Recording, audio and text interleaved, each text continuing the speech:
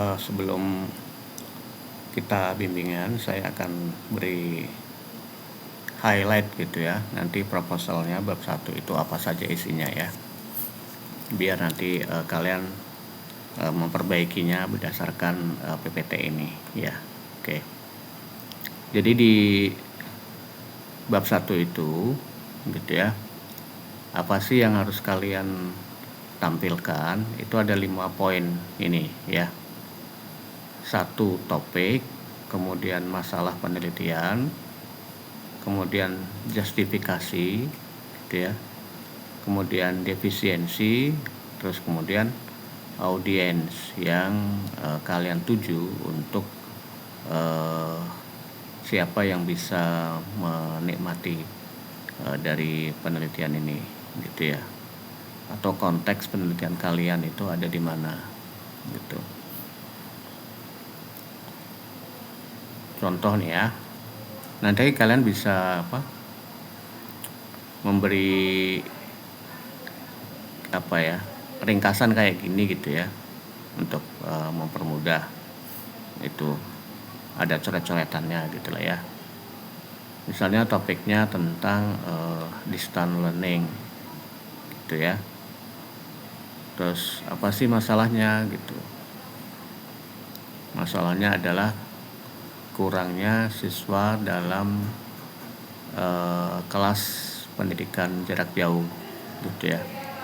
Jadi siswanya sedikit, itu masalahnya. Nah, misalnya kalau kalian misalnya stres mahasiswa gitu ya, masalahnya ini dari banyak penelitian gitu ya, menunjukkan banyak siswa yang stresnya tinggi gitu ya.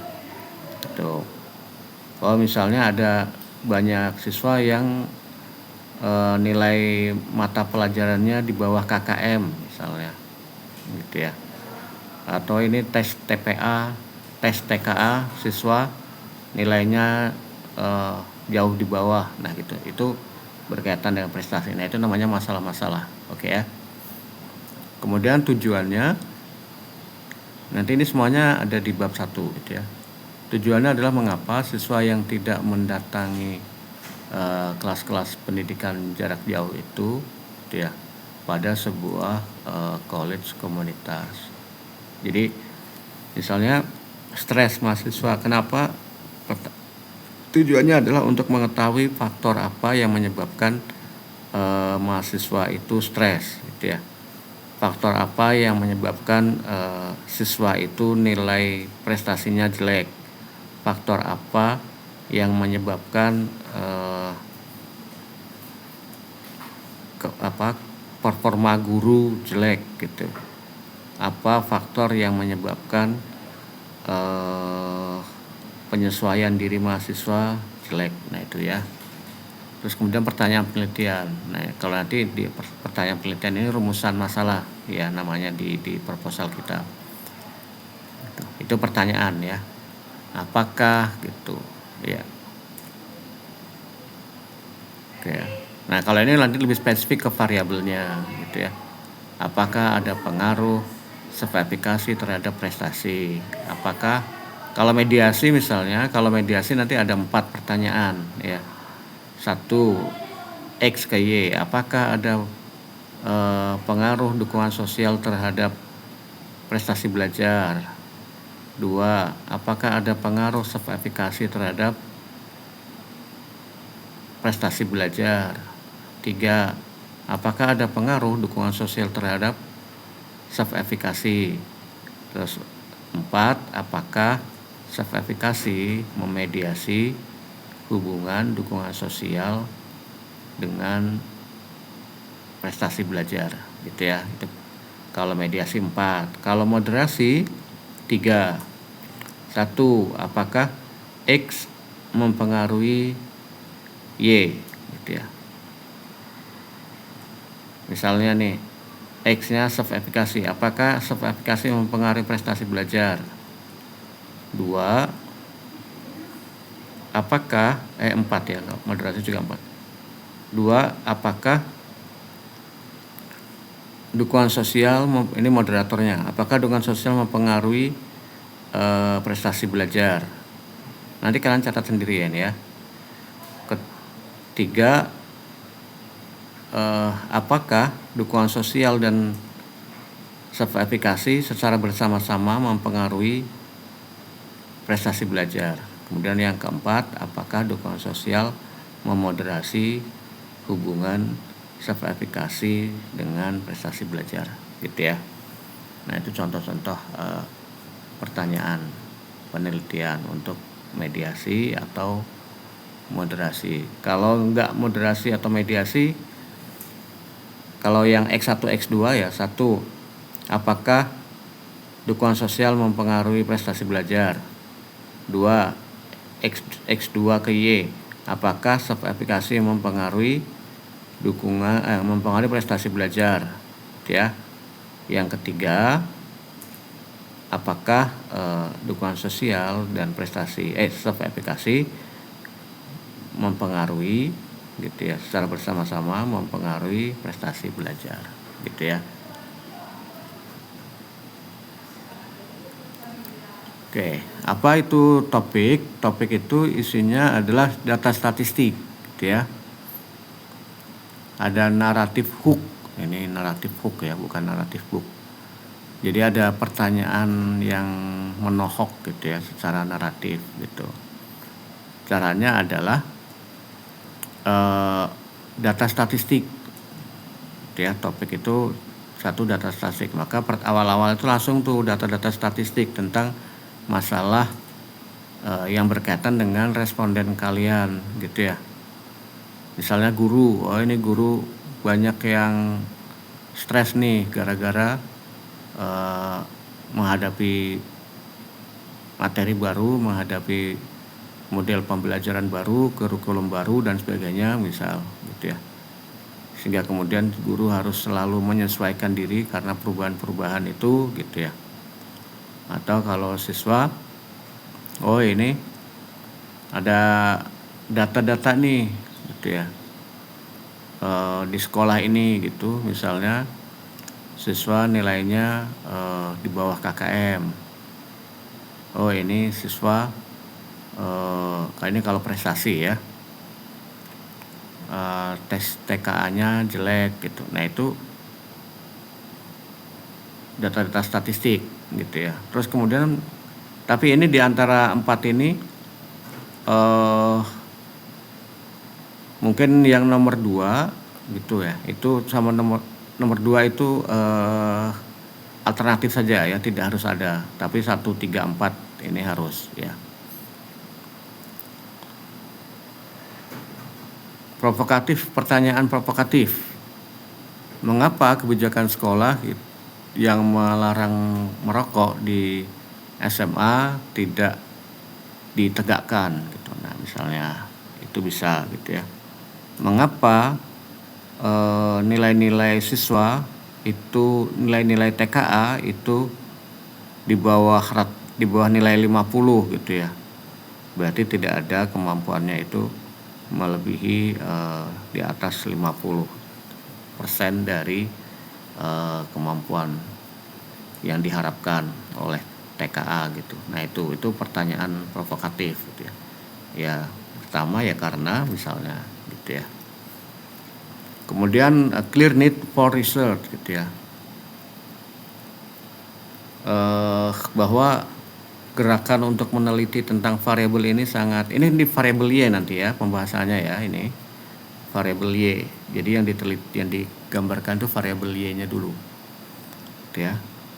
Penelitian tentang kesehatan mental siswa ini banyak mendapat perhatian, gitu ya, dari ahli pendidikan, dari psikolog pendidikan, gitu, psikolog perkembangan, gitu ya. Nah, itu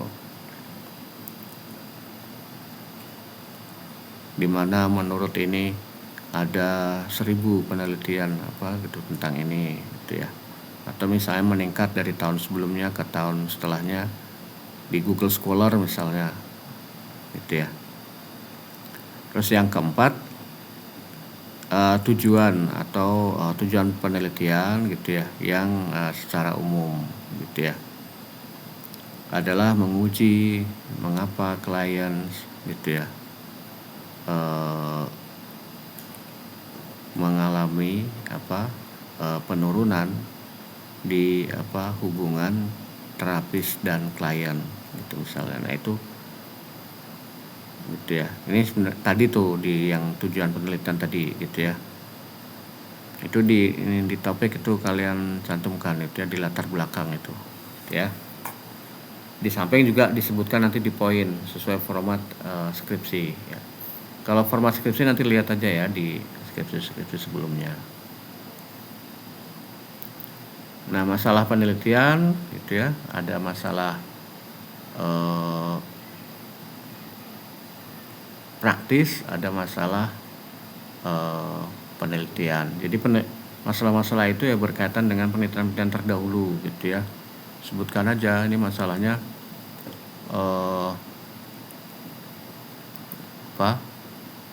bahwa siswa itu mengalami stres berlebihan misalnya gitu ya. Guru mengalami ketidakpercayaan diri gitu ya. Atau misalnya kalau siswa itu penyesuaian dirinya rendah gitu ya, maka siswa akan mengalami DO misalnya gitu ya. Siswa akan mengalami stres karena apa? Karena penyesuaian dirinya yang gagal gitu misalnya gitu ya. Itu kalau berdasarkan penelitian. Kalau praktis ya ini kebijakan-kebijakan biasanya, tapi ini jarang kalau di dunia penelitian di skripsi ya, karena tidak sampai ke level-level kebijakan. Tapi bisa aja misalnya level kebijakan masalahnya misalnya kurikulum yang berganti-ganti gitu ya, kemudian akhirnya guru harus melakukan penyesuaian gitu. Nah itu bisa gitu ya. Nah itu kemudian berdasarkan masalah praktis ini maka ditelitilah gitu ya penyesuaian diri guru dalam menghadapi persiapan pembelajaran gitu ya, dalam konteks perubahan kurikulum gitu ya. Nah itu kebijakan gitu ya, praktis gitu ya. Justifikasi, nah itu misalnya lihat aja di saran penelitian sebelumnya. Kalau saran penelitian sebelumnya gitu ya, misalnya tapi saran yang jangan terlalu umum ya, misalnya sarannya yang kuantitatif, sarannya harus untuk diteliti kualitatif gitu, jangan. Terus yang penelitian kualitatif dulunya sarannya adalah kuantitatif, nah itu terlalu umum, tapi harus lebih spesifik gitu ya. Misalnya di saran sebelumnya gitu ya, penelitian diharapkan untuk menambah variabel apa gitu ya, misalnya, terus dalam konteks apa yang berbeda gitu. Nah gitu ya, saran dari penelitian terdahulu. Tapi kalau saya sih agak kurang meyakinkan kalau saran-saran di penelitian skripsi kita gitu ya gitu. Nah kalau bisa ya misalnya kalau yang saran saya yang riset luar negeri gitu ya, itu biasanya lebih teknis dan lebih mendalam gitu, menyarankan penelitiannya, membuat saran penelitian gitu, daripada skripsi kita atau penelitian kita gitu ya.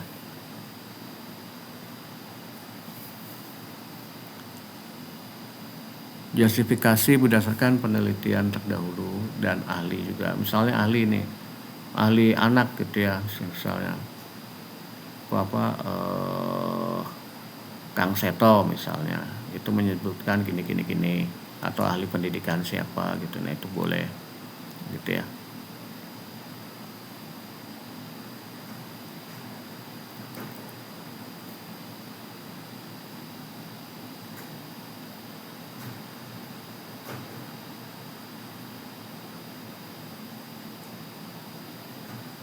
Nah ini kalau pertanyaan ini wawancara dengan ahli ya, itu ya, ini nggak usah apa, yang penting justifikasinya berdasarkan riset terdahulu aja, nggak apa-apa gitu ya.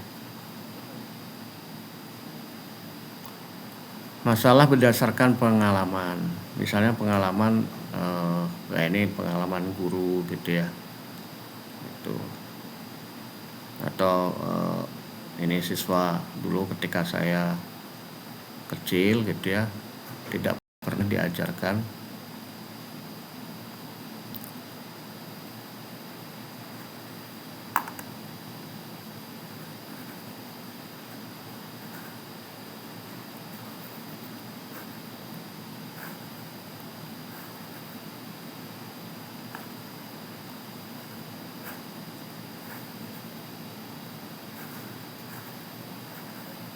Misalnya ini ketika saya kecil tidak pernah dia terpikir dalam pikiran saya apakah saya harus pergi ke sekolah gitu ya. Nah ini misalnya pengalaman, oh ternyata dulu mengalami kesulitan ini, motivasi belajar gitu misalnya gitu ya, itu boleh.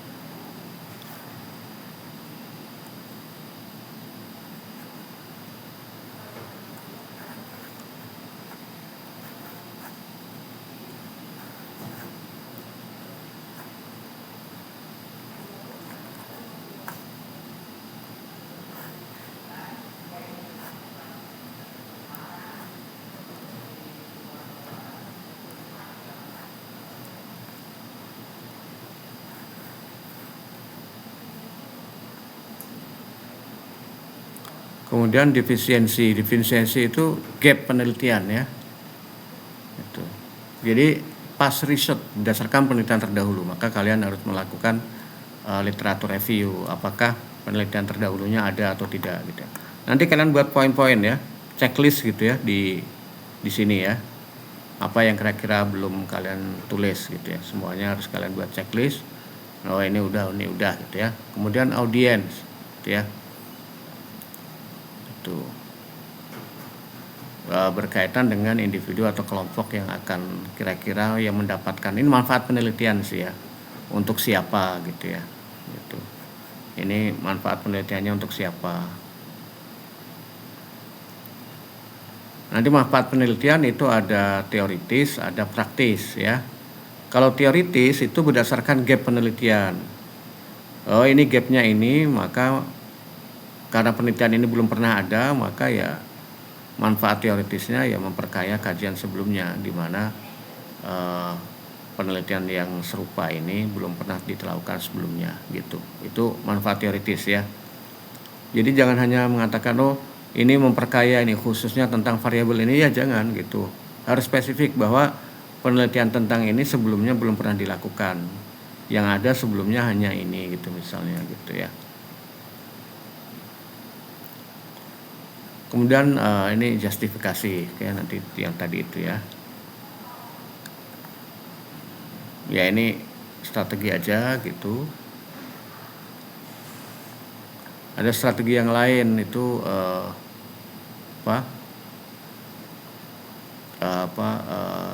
literatur review gitu ya. Tapi ini biasanya level jurnal ya. Gitu. Oke itu ya.